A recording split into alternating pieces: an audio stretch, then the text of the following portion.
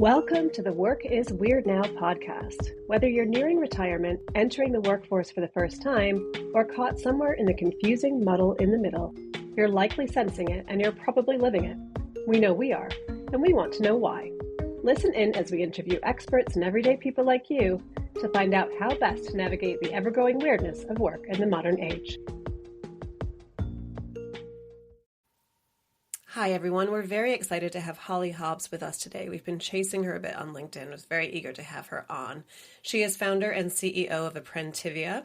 She's known as the apprenticeship girl. She's a trailblazer in early career strategy and Gen Z talent attraction. She had an experience where she faced over 30 rejections trying to get an apprenticeship for herself, and in the end secured a Microsoft degree apprenticeship and then turned that experience into a mission, which is to help young people navigate the apprenticeship landscape.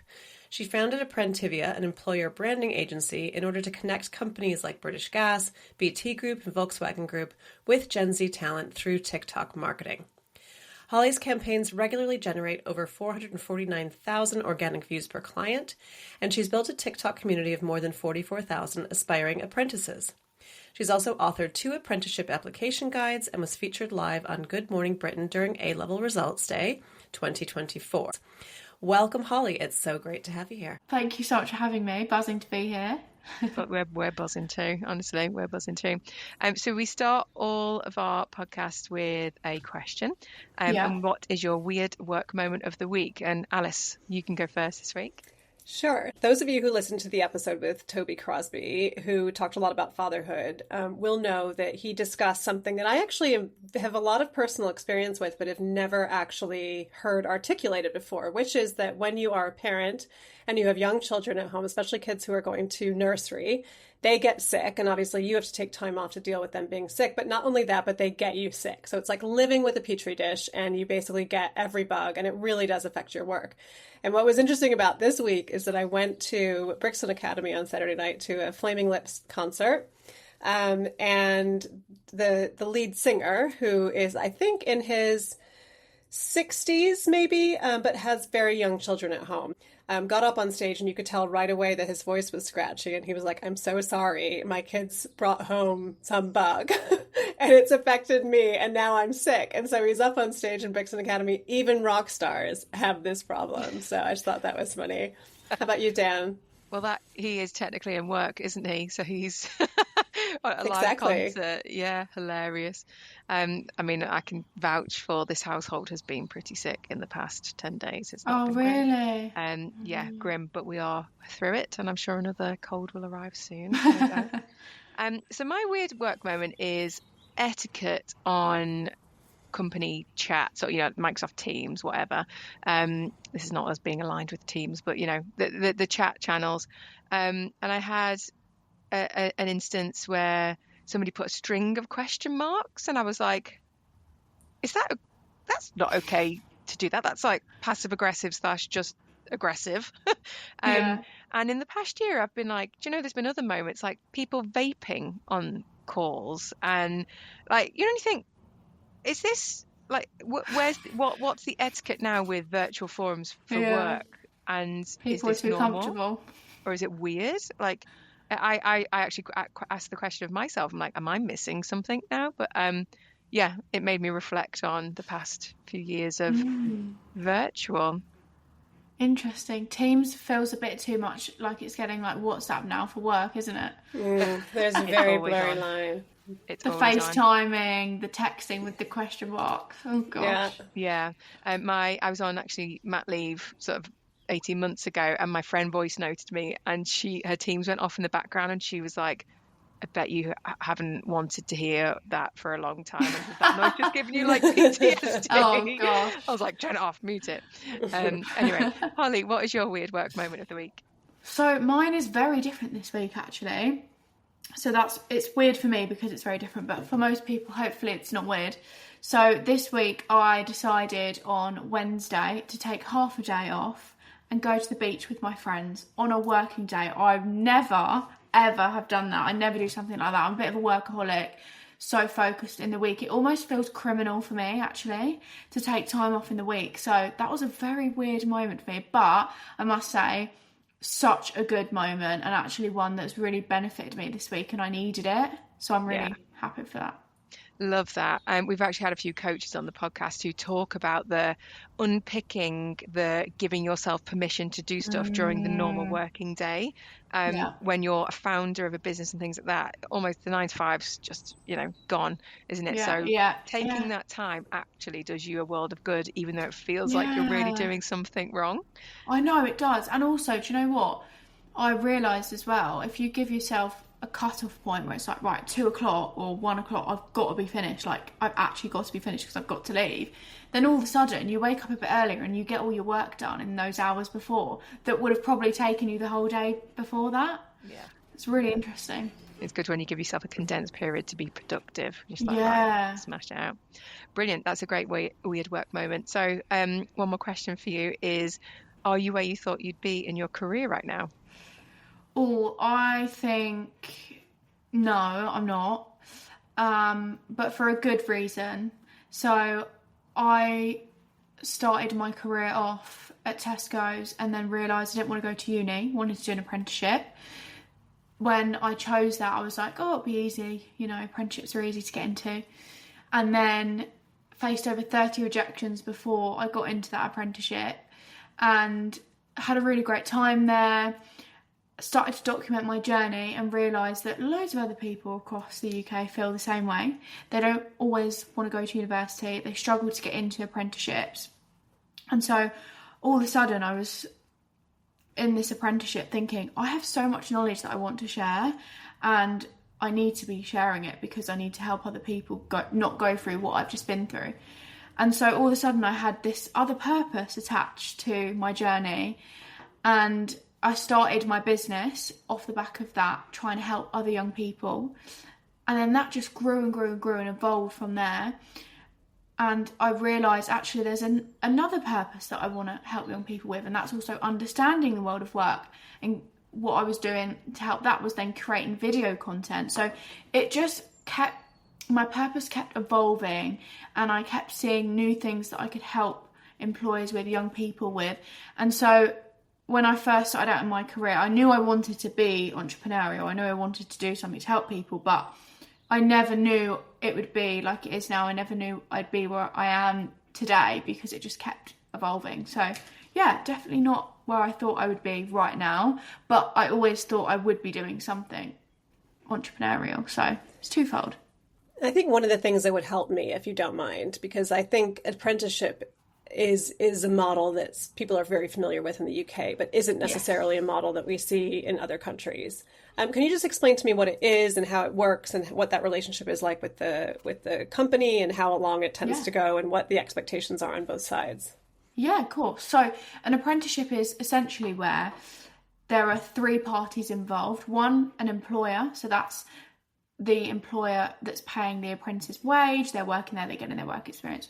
2 is the training provider or university. So depending on what level, there's 7 levels of apprenticeships from level 2 to level 7. Level 2 is equivalent to GCSEs. Level 3 is equivalent to A-levels. Level 4 and 5 are called higher. They're like foundation level degrees. Level 6 is a degree apprenticeship, and level 7 is a master's qualification. And so depending on what level it is, depends on whether it's a training provider or a university. And then the third organisation that's involved is the endpoint assessment organisation. It's the awarding body. It makes sure that the apprentice completes their qualification, tests them throughout that, and awards their qualification. And so what happens with an apprenticeship is the apprentice is working 80% of their time on the job with the employer and 20% off the job. We call it off the job hours. And that is with the training provider doing the training and doing the qualification. So how that manifests is essentially, usually for an apprentice, about 4 days a week is on the job, and they'll have 1 study day a week with their university, training provider, whatever that is. It can be very different. For some apprentices, it could be an online lecture, which is what I had. Some could be in a college 1 day a week. Some could be at the university 1 day a week. Some apprenticeships, for example, in automotive, Volkswagen Group, who I've worked with before, have this, and British Gas. They're not in automotive, they're in engineering. but those guys have block week trainings where actually the apprentice will just go for a certain amount of weeks a year to do their training rather than having it 1 day a week. It's very different depending on what sector it is. Okay, and then at the end, like for you, I assume you did your GCSEs, you decided you didn't want to go to university. Why did you decide that wasn't the path for you? Why did you want to do an apprenticeship instead? Oh, yeah, so I went on to do A-levels. So I did my A-levels, and the main reason I didn't want to go to uni was because I didn't want the debt. If university was free, probably would have been different. But I just didn't want to get myself into debt, and also I didn't have a clear vision as to what I wanted to do. So equally, if I didn't have a clear vision, I wasn't going to spend all this money if I wasn't 100% sure on what course I wanted to study. Okay, and then at the end of your time with Microsoft, you then have what is effectively an equivalent degree to if you'd gone to university. Is that correct? Yes. So yeah, if you're doing a degree apprenticeship, you have the exact same degree, but you've just got all that work experience in your belt. So it's great. Can I ask a quick question? You mentioned earlier that there is a perception that apprenticeships are really easy to get onto. Yeah. I'm not going to lie. I think I have that rooted in me for some reason that I couldn't tell you why. Why do you think that is the case? I think it's the case because at school and college, university is pushed, and most people tend to gravitate towards that.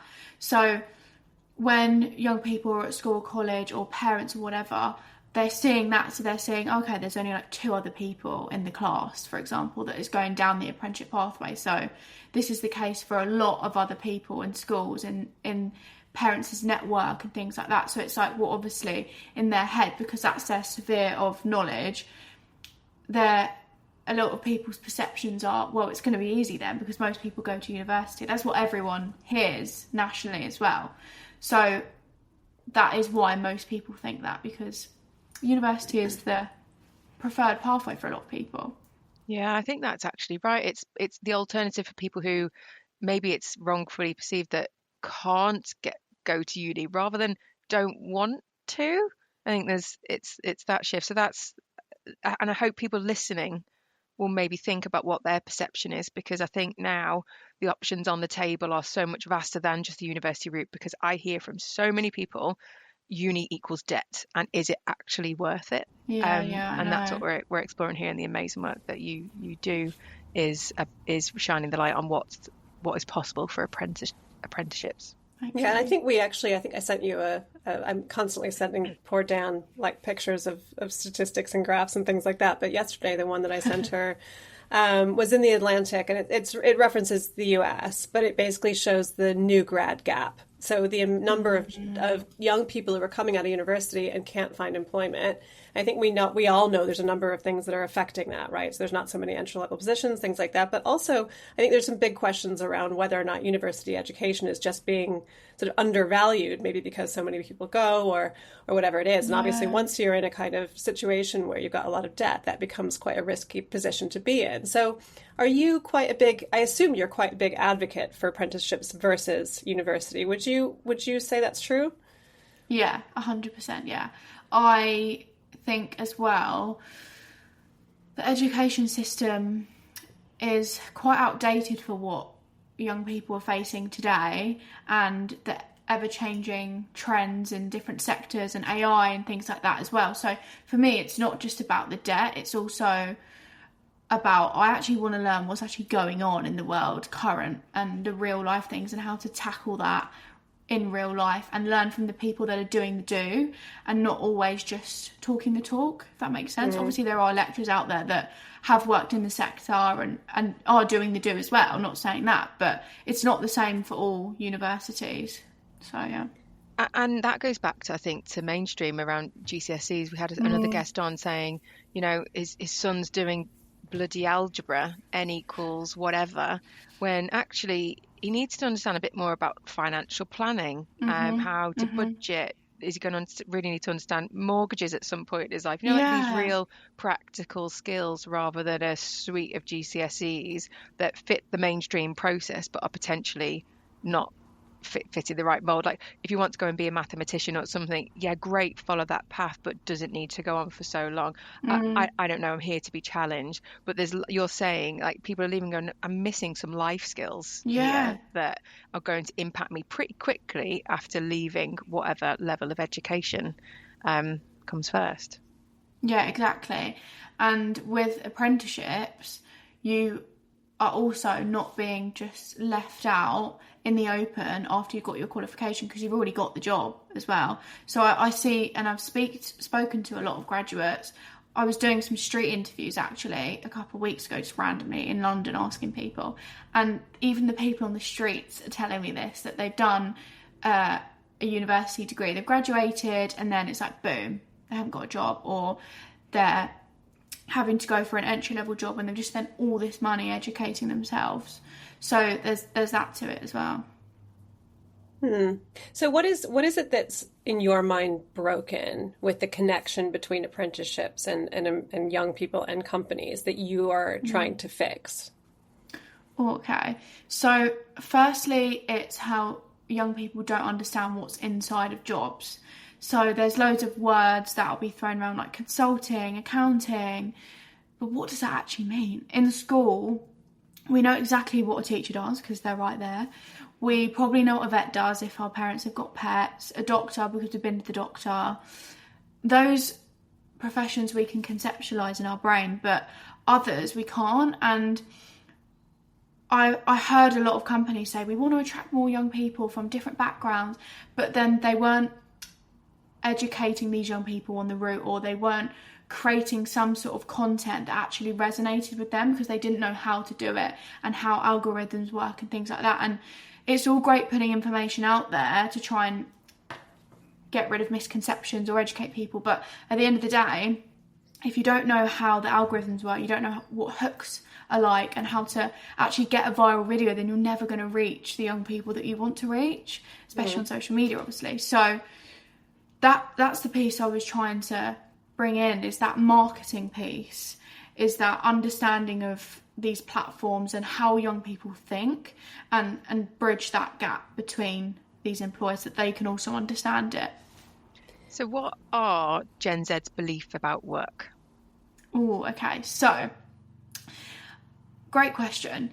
A lot of people think Gen Z are lazy and they can't be asked to work. That is not true at all. I did a post on my TikTok last week now, and there's this trend going around that it's like the Apprentice theme tune in the background, and you write something like, I'm bored, tell me why XYZ, and loads of people just start commenting what their opinion is on it. And I did one saying, I'm bored, tell me why there's almost 1 million young people in the UK that are NEET, which is not employment in education or training. And oh my gosh, that's now reached about 70,000 people, and I've been flooded with comments as to why that is.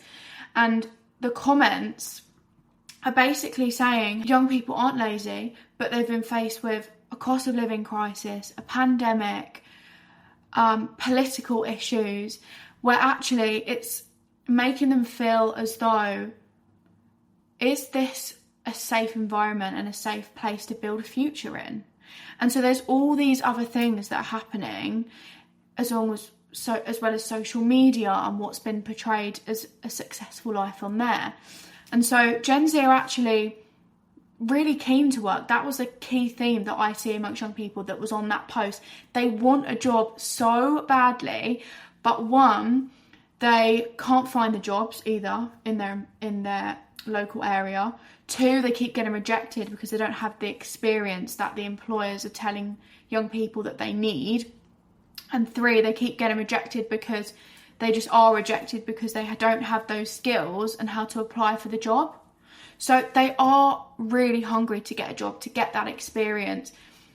They want to be successful. They want to live the life of their dreams. They want to be in their authenticity, which is a really key theme for Gen Z. They want to live something that's really, really authentic to them, but they're struggling to. And that's why there's this large number of young people now that are NEET, and that's why then the press just assume all of a sudden that Gen Z are lazy. It's not. There's all these barriers and obstacles there.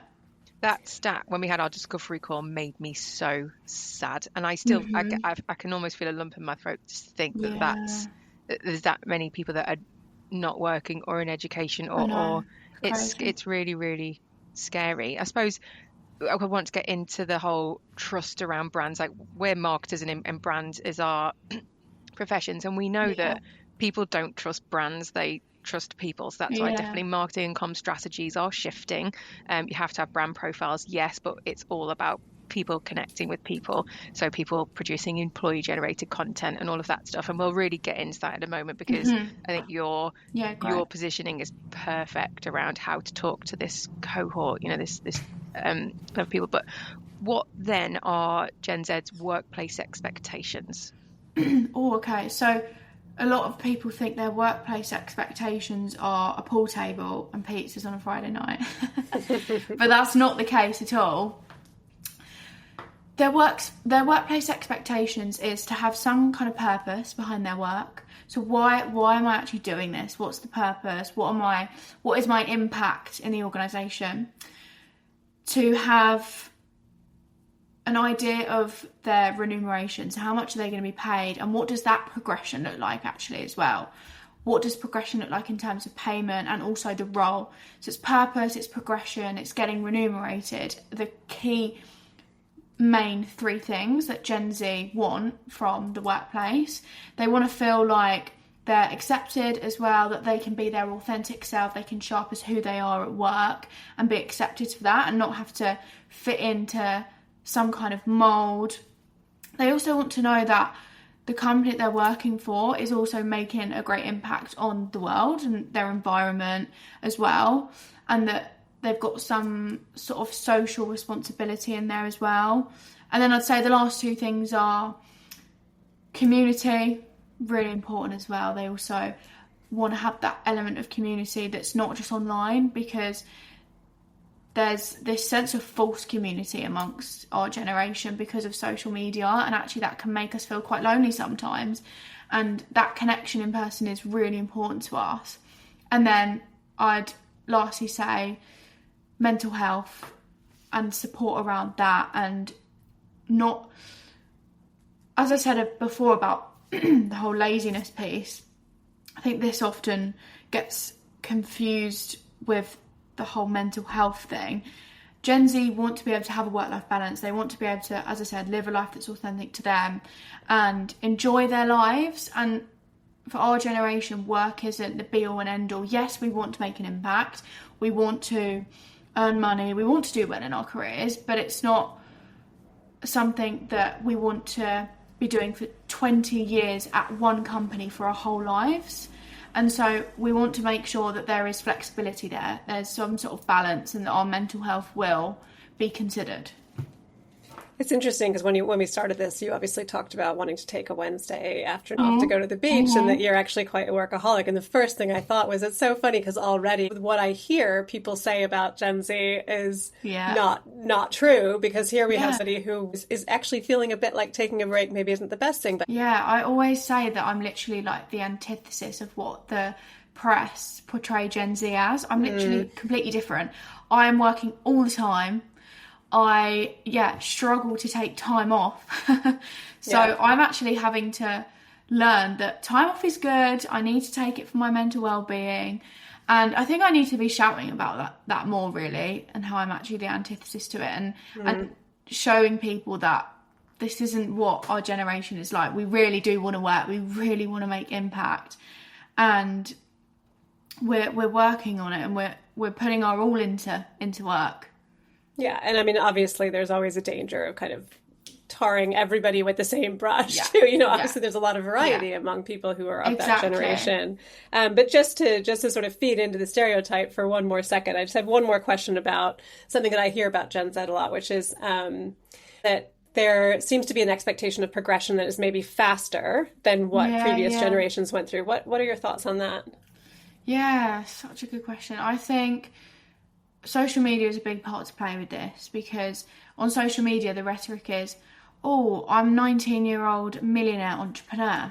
I posted about this once on LinkedIn actually. There was this viral post on Instagram, and it was this guy that held something like a 1 million subscriber YouTube plaque, and he was like, 19-year-old millionaire YouTuber does XYZ, and this stuff is going online. It's appearing online all the time. And so, to be honest, I was someone that brought into that as well. When I first started my company, I was like, right, I'm going to be launching these £10 ebooks, and on launch I'm going to make like 30 grand. It's going to be absolutely easy. It's just going to come to me like that. And then I was slapped in the face with reality pretty quickly. It doesn't just happen like that for most people. Obviously there are some exceptions, but for most people it doesn't happen like that. I believe mentorship can really be a great thing to support that, because if you've got a mentor and someone that can show you that pathway and what it's typically like, and you can have that honest conversation with, then it's great, because they can set the expectation, but then you can also be honest and say, look, with AI and this new technology that's happening, and actually all this information that I can access online now, I can move a bit quicker, and that's okay. And obviously, I know I keep speaking about social media a lot, but it's such a big thing. And now, at the tip of our fingers, there's so much more information that young people can access nowadays. And that's why there's so many more Gen Z directors now on Companies House and things like that. So it's twofold. It's like, yes, there are some young people that are a bit unrealistic, like I was myself, and play into this narrative where, you know, I can get everything in a couple years and get to that position, where actually it's not always like that. But then also equally, there is so much more information out there now, where we don't have to go to a library and get books like people might have had to have done years and years ago. It's actually all at our fingertips. We've got AI now that just spits out information like that, and so we can learn things a bit quicker, but there needs to be that balance. I am going to speak from the past 5 years as a line manager here. So 2020, everyone was terrified of losing their jobs because of COVID and furlough and all of that. Then 2022 spun around, and it was a great resignation. You couldn't pin an employee down. The market was shifting. People were in demand. We would have candidates at round one, and they were offered jobs by the time we were getting to the second round, which was the week after.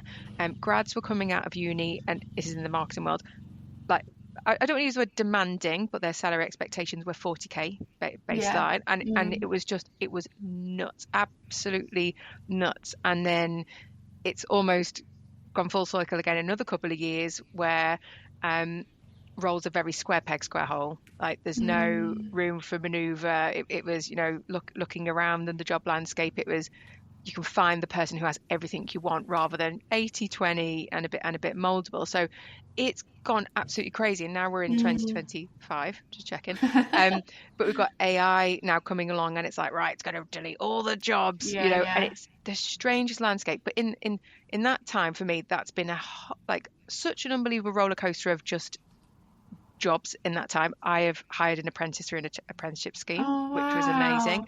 I've managed a portfolio of Gen Z, and this is not me sweeping statement, but there were traits that I'd noticed that I hadn't noticed probably from the previous 5 years.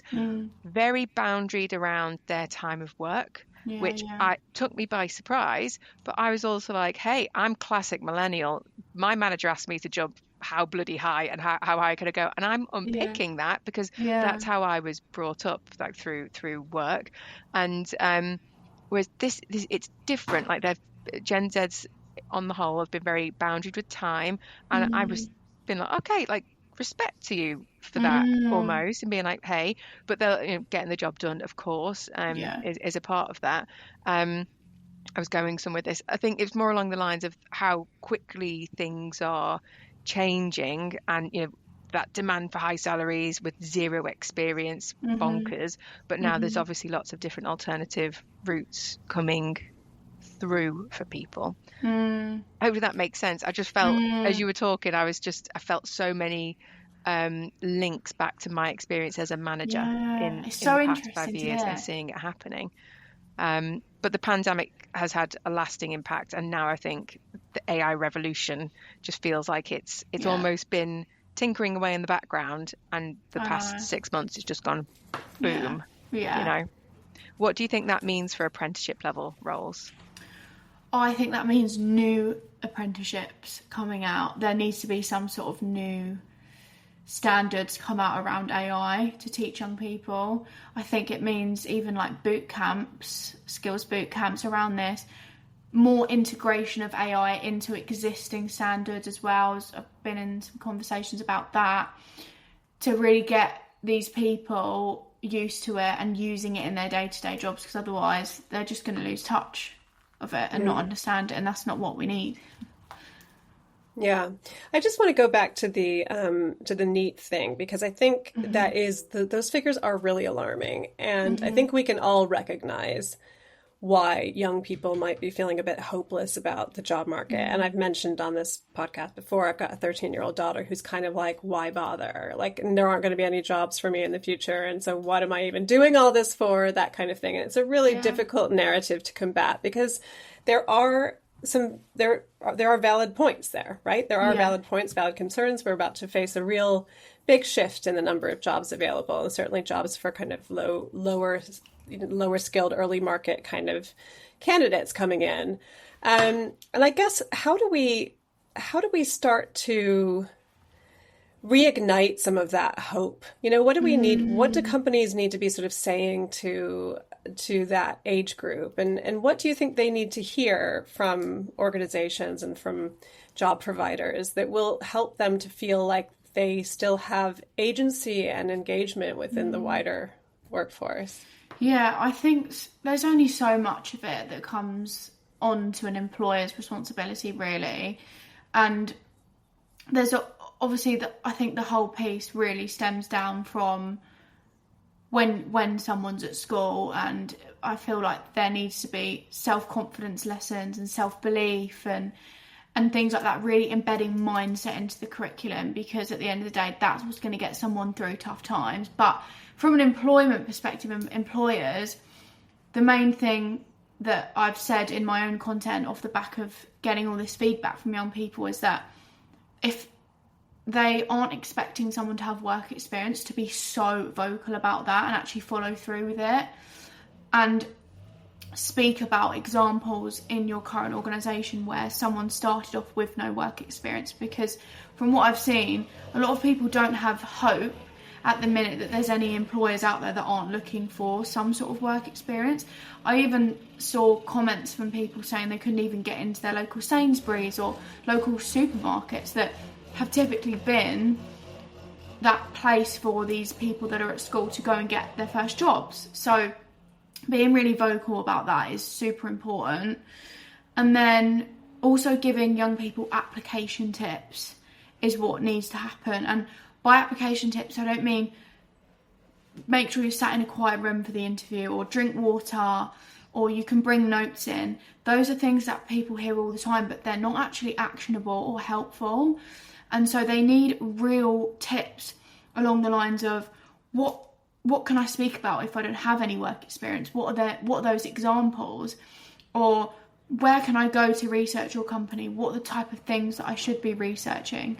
Things like that, and giving them examples, because they're not taught this at school.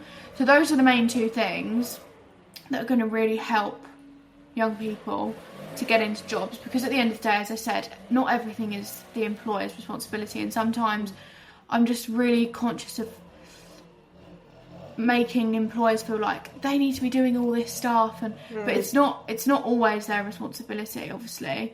So that would be what I'd say. And what would so given that we fully recognize it isn't all their responsibility, and I think the more responsibility we give them, the less likely they are to engage the process. Literally. Yeah, but then that sort of falls to other parties, right? So is it about parents? How can parents help? Is it about secondary school education providers? Is it about the government providing additional kinds of training and things like that? Where do you think that responsibility should lie? I think it should lie in schools, because if the schools are embedding it, then they're embedding it in the parents and the grandparents, because as the generations go, they're getting those tools, right? And I think it's easiest in schools because obviously most children are going to schools. So you're getting all the people in one place at one time, and you're embedding it into those people. So I think schools are the place where it should be at, really, and there should be some sort of lesson. I mean, I remember we had PHSE at school, and that was more real world stuff, but it wasn't entirely useful, I'm not going to lie. I don't really remember much from it.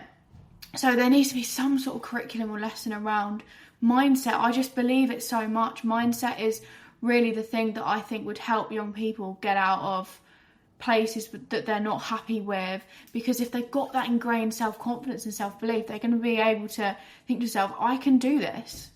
That's what I personally had. I made sure that I learned that when I was in COVID, actually, in 2020. I started scrolling on TikTok, right? It sounds weird, but I always say to myself, TikTok literally changed my life, because I started scrolling and started looking at all this self-development content. I hadn't learned it at school or from anyone around me. And then I started learning about mindset, about manifestation, about self-belief, self-confidence, and how I could ingrain that in myself. And then because of that, I got myself through all these rejections, and I was like, it doesn't matter that I'm experiencing this. It's happening for a reason. I can still get to where I want to be. But if I didn't have that, then I would have thought, what's the point? I can't even get a job. It's been so many rejections. So I might have even fallen into that category. I don't know. But I believe it all stems down from mindset. And I think schools can play a really great part in that. Can I ask you a question? Do you have a personal coach? I do now, yes. Yeah. And that's phenomenal. But like you say, you found it through a self-taught way via social media. And I was actually listening to an amazing podcast last night on it's about addiction, but addiction to dopamine, and social media is now the data was just blowing my mind. And we know there's a dark side to social media and the addiction side of it, and there's a loneliness epidemic. Mental health's been the worst it's ever been, and it's probably all linked back to this quick scrolling stuff. And I appreciate TikTok has revolutionized and changed your life in a phenomenal way. But that's not the case for everybody. You've obviously 100%. Seen the opportunity to go, I need to work on my mindset, and I couldn't agree with you more. You have to work on these things. We've actually got an episode launching next week around mindset, which is great, but not everybody has access to that. And I think I couldn't agree with you more. It's how to get it into education, and is this something that companies even need to look at now? You know, people used to ask companies to help them on their professional diploma in marketing course. You know, I did 10, 15 years ago, whenever that was. But actually now are people wanting support on things like burnout, managing time, stress, confidence, imposter syndrome, because their things are actually more relevant. Oh my gosh, I know. I so agree with you, and that's why when you say where do you think this falls into, I don't say social media, because it's not, to be honest. When I started scrolling on TikTok, it was 2020. I wasn't addicted to it, but now it's not really the best place to be getting all your information, because there's so many different contradicting opinions, but also, as you say, it can get addictive. So unless you have these habits where you've got self-discipline or you can manage your time on it, then it is difficult. And that's why I think it needs to be ingrained in the education system, or like you say, into curriculums, into employers, teaching these people. It doesn't have to be just young people. I think everyone should be equipped with the knowledge. But yeah, I think I would love to see even an apprenticeship in this type of stuff. Something where they've got a module. It needs to be in the curriculum, a module on something like this, on mindset, confidence, self-belief, because it's not taught enough and we need it to be out there. Yeah, absolutely. So I want to talk about TikTok a little bit, just after we've recognized both the positives and the negatives of that environment. Dan and I are both very happy to say that we're just generally terrified of it. We should be there. Our podcast should be there. You should. I know. And we just haven't got ourselves into that position just yet. But I think it would be really interesting to hear from you, maybe an example of a campaign that you ran maybe on behalf of an apprenticeship program within a corporate provider, and how you've been able to be successful in kind of reaching young people and making those connections. Yeah, sure. So one of my greatest examples that I always speak about is my work with British Gas. So last year we run 2 campaigns, and one of them, we just did 3 videos that was on TikTok. So it was a video with a female apprentice that was actually a graduate who now manages a group of people, really great. A video with a female apprentice that spoke to us about why she chose British Gas, because she didn't want to be at a desk all day, and then a video on the benefits that British Gas apprentices get, featuring those 2, and we walked through that for viewers. That got 600,000 views, that campaign. That's all organic, not paid ads. And that then translated into hires from the videos that I'd created, made up about 20% of their entire 2024 cohort, and 27 of those candidates were female. So it worked out to be about a 300% increase in their female candidates from when they last run that apprenticeship scheme. And also their apprenticeship page on centrica.com was actually the most viewed page for 2 days in a row after that campaign. So it got quite a lot of traction and a lot of young people's eyes on their apprenticeship schemes, which is exactly what they wanted. So that was one of my best campaigns. Amazing. Very cool. So if you were to just talk exactly to the employees, so talk about, big corporate brands who just really want to, layman's term, understand what it is that you do. Yeah. Can you explain Sure. that? So layman's terms, I would say I help employers to attract apprentices through TikTok. That's exactly what I do. And so how do you typically work with them then? Do they sort of they pay you to go and run these campaigns for them? Is that sort of how it works? Okay. Yeah, so they pay me to develop the strategy. They pay me to then create the actual content as well, and then post it to my community on TikTok and Instagram. Some employers then go and post the videos to their channels as well, or they, like British Gas have done, put it on their website so that people can see it when they land on there.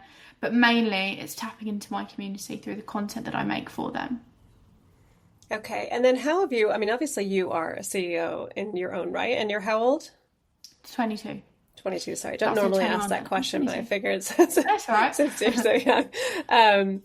How long have you been doing this? I started my business about 3 years ago, but I wasn't full-time 3 years ago. It's evolved ever since. Okay, and what have you learned about leadership and about running a business through this whole process? Okay, so what I've learned about leadership, running a business, growing a business, is that actually it's not all about strategy. I used to think, right, I need to be thinking about what I'm going to offer my clients. I need to be constantly evolving that. I need to be thinking about my content strategy. Obviously, those parts are really important, but for me, the main thing has actually been who I am and my identity and my embodiment. That's been the most important thing for my growth, and I've learned that massively this year. Up until last year, it was all about strategy. What am I doing to grow the business? This year, it's been actually I cannot grow anymore now unless I show up as a different version of myself, and a version that has what I want and has the strategy that I want and the strategy that I want to deploy. And again, it's things around mindset as well, and it's not something that I've widely heard that's been taught. I've learnt this from my coaches that I've been able to privilegedly get of getting the clients and working on my business. And so that has been the key thing to me. Who am I showing up as every single day, and making sure that person and that person's actions are aligned to what I want. So this week you were at the Apprenticeships Branding Conference. Yeah. And I love the summary, and you were just, there were some real points that you quoted about people just go create content. I think people believe that because we're in a social media era that it's quick and easy for everybody, and it's scary. It doesn't matter what point you are, it can feel very scary. So I just wanted to ask you if you wouldn't mind opening up a little bit more around that point you were trying to make, and you were saying that you've got some tips on how to do it. Would you mind sharing those? Yeah, of course.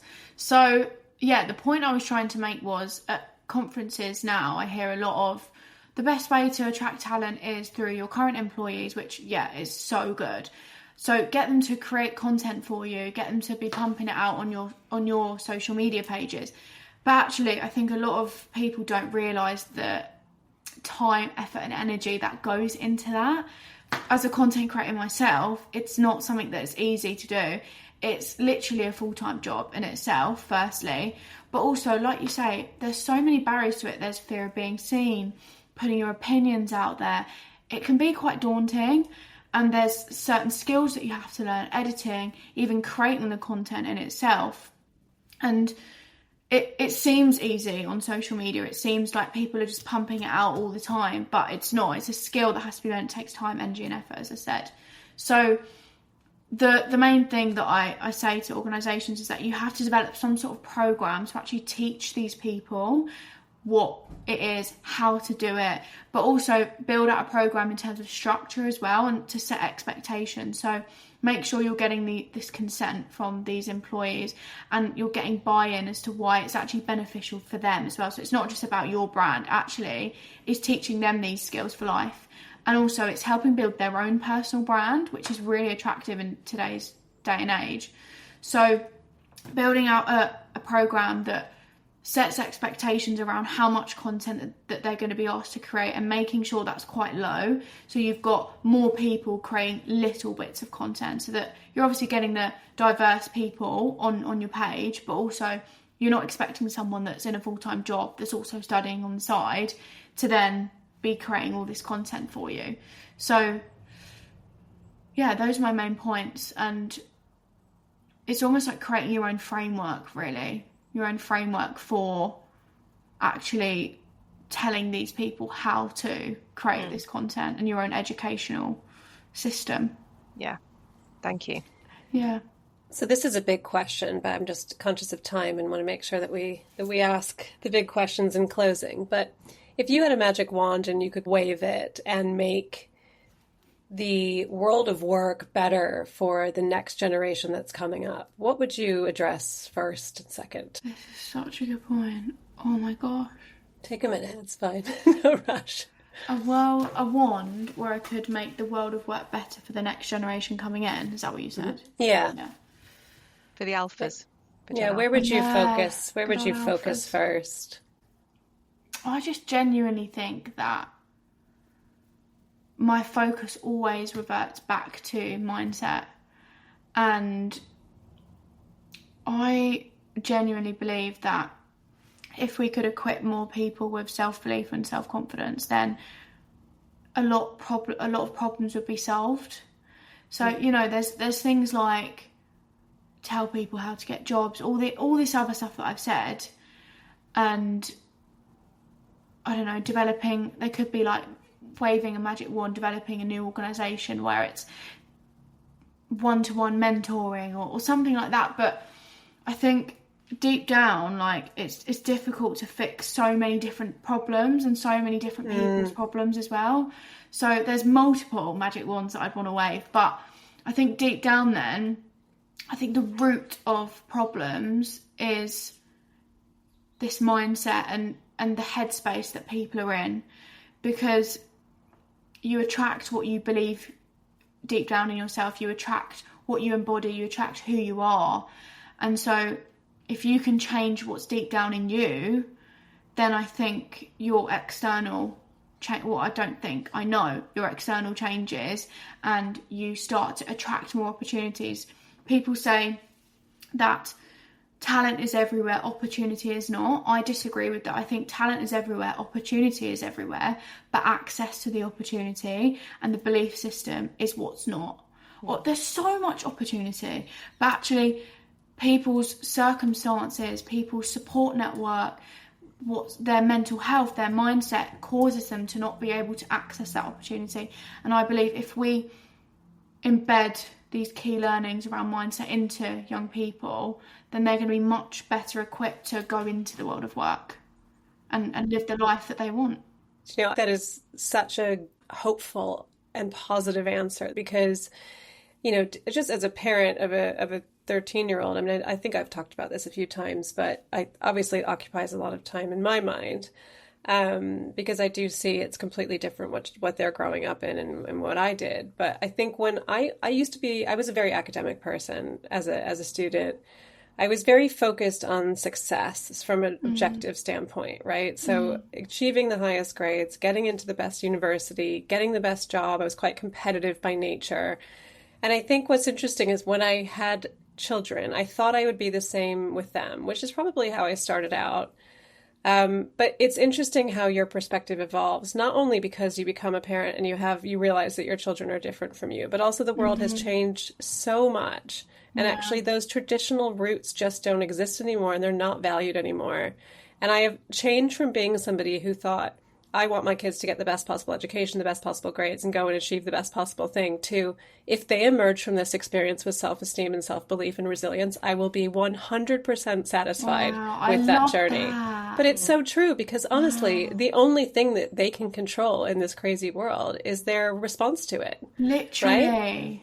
And so I think, think that's kind of where we need to be focused now. And education needs to be focused there too, right? This is There's the weirdest so much link coming at you both, right?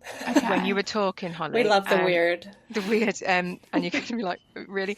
But I've struggled with self-belief, imposter syndrome, all of those things. And I think because I enjoy coaching all of that stuff, but there are people who don't. I don't look at people who have self-belief and confidence and think, oh, you're arrogant, right? I don't think that. I think that we've moved on from there. Now, here's the weird link. When you were talking, Holly, I immediately thought of, I can't say his surname, Timothée Chalamet. Mildly obsessed with him, but have been for ages. But anyway, it's Kylie Jenner's boyfriend, right? And he did win the Oscar. Yeah, saying that like I know her, just dropping it in. Hi Kylie, if you want to come on the podcast, let us know. But he accepted an award. I don't know if it's Golden Globes or the Oscars, one. But his statement was, his acceptance speech was, "Thank you.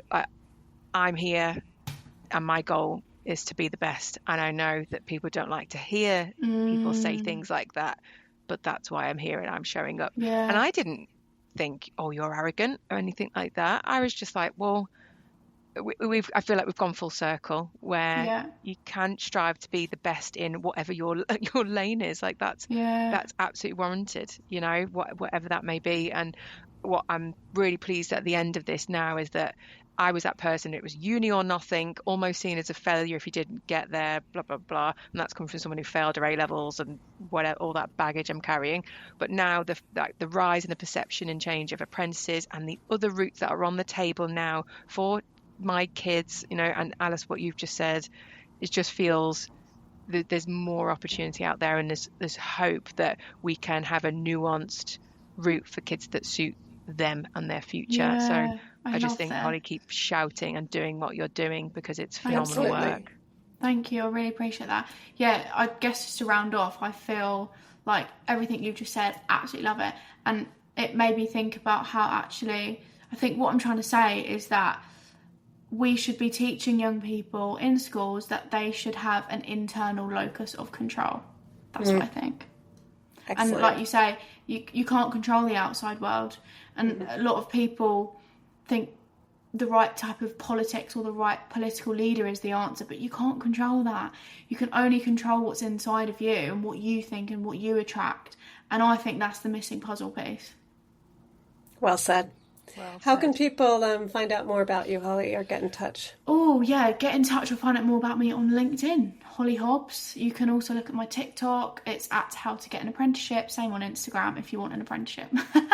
Or anyone you know wants one. Thank you. And thank you to everyone for joining us. We hope you enjoyed the episode. If you have any Work is Weird moments to share, please find us on LinkedIn and let us know what they were. In the meantime, have a wonderfully weird week, and we look forward to seeing you next time.